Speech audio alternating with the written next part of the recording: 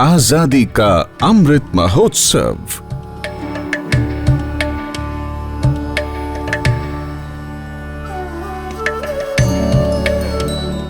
आजादी के आंदोलन में वैज्ञानिकों और इंजीनियरों का भी महत्वपूर्ण योगदान रहा है। श्री मोक्षगुंडम विश्वेश्वरैया जी सर MV के नाम से लोकप्रिय रहे। वे एक उत्कृष्ट इंजीनियर, राष्ट्र प्रेमी, दूरदर्शी थे।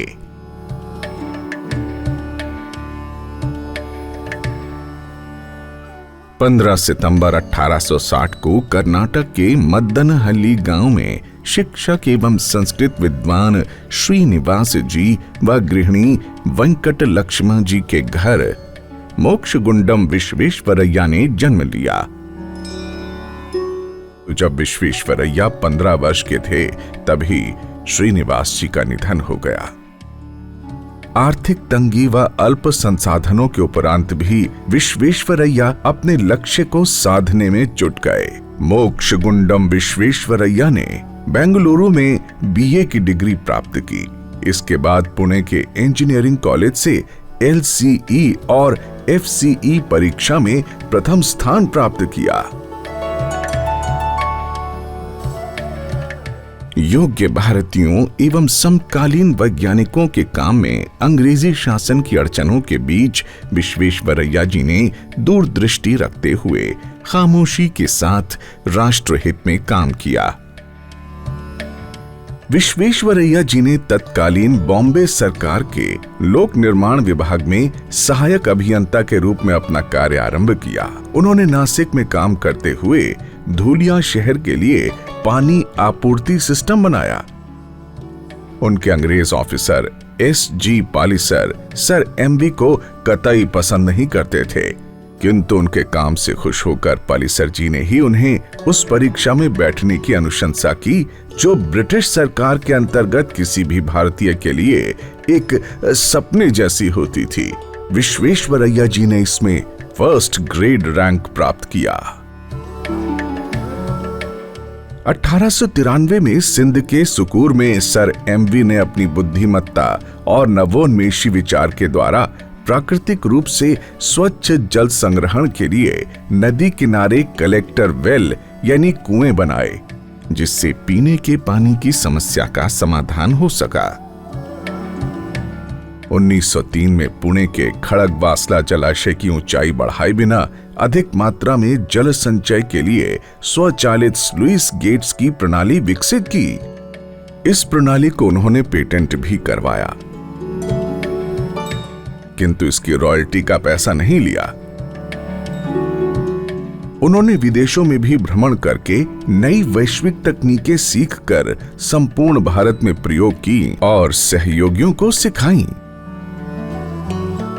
विश्वेश्वरैया जी जानते थे कि अंग्रेजी शासन में भारतीयों के साथ भेदभाव किया जाता है और उन्हें योग्यता के उपरांत भी उच्च पदों पर नहीं लिया जाता।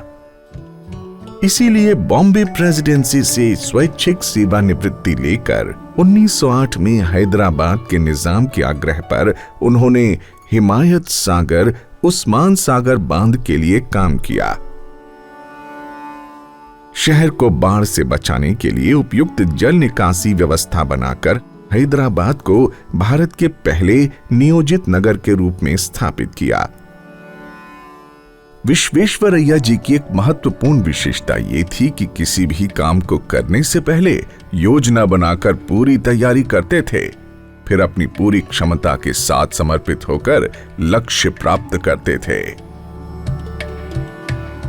स्वतंत्रता आंदोलन की तीव्रता और समग्रता को समझते हुए विश्वेश्वरैया जी मानते थे कि जल्दी ही भारत को अंग्रेजों से आजादी मिल जाएगी और हमें इसके लिए तैयार रहना चाहिए। इसीलिए स्वतंत्र भारत की बुनियाद मजबूत करने के लिए योजनाबद्ध तरीके से शिक्षा और औद्योगिकीकरण के क्षेत्र में काम किया। 1909 में मैसूर शासन के आमंत्रण पर उन्होंने राज्य के मुख्य अभियंता के रूप में कार्य शुरू किया था। मैसूर के महाराजा श्री कृष्ण राजेंद्र वोडियार ने उनकी क्षमताओं का उपयोग मैसूर राज्य की जनता के लिए करने के उद्देश्य से श्री विश्वेश्वरैया को 1912 में राज्य का दीवान नियुक्त किया। भारत का धन भारत में ही रहे, देश से बाहर न जाए, इसलिए दीवान के रूप में उन्होंने मात्र 6 वर्षों में मैसूर के चौतरफा विकास के लिए कार्य किया। अनिवार्य शिक्षा का कानून बनाया, आर्थिक परियोजनाओं पर कार्य किया, औद्योगिकीकरण को बढ़ावा दिया।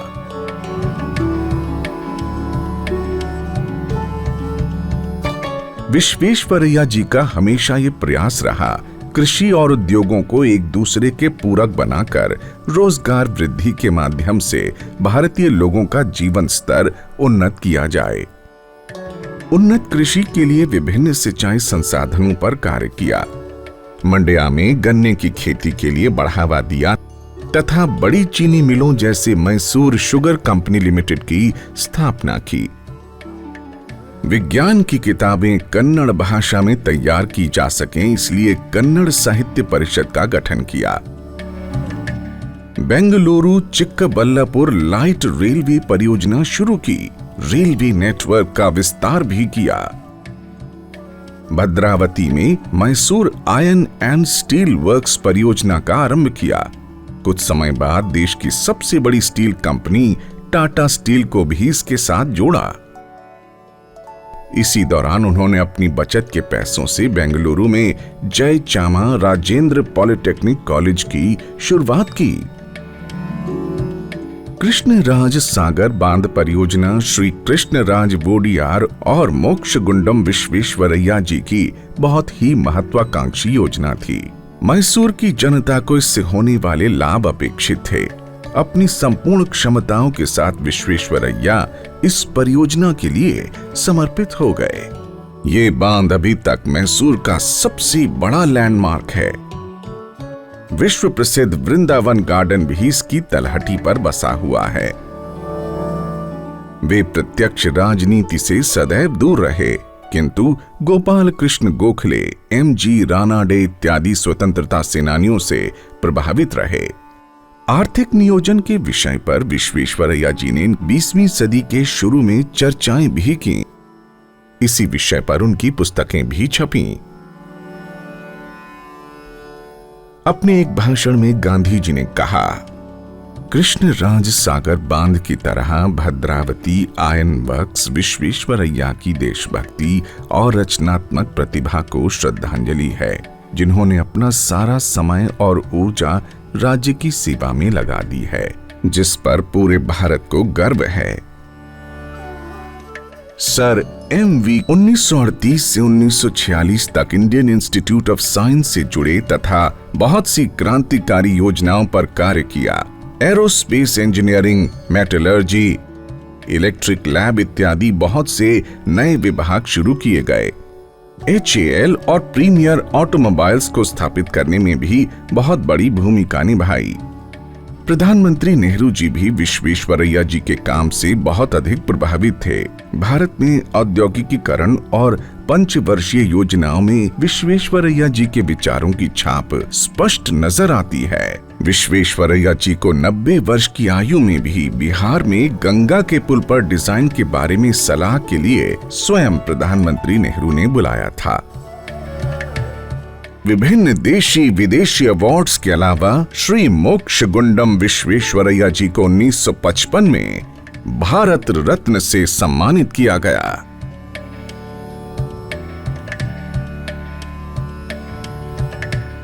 विश्वेश्वरैया जी की जन्म शती पर भारत सरकार ने विश्वेश्वरैया जी पर एक डाक टिकट जारी किया।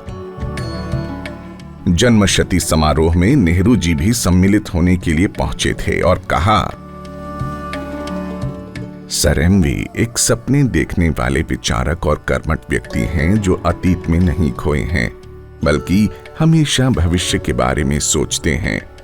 अपने लिए नहीं बल्कि भारत और भारत के लोगों के लिए सपनों को आकार देते हैं।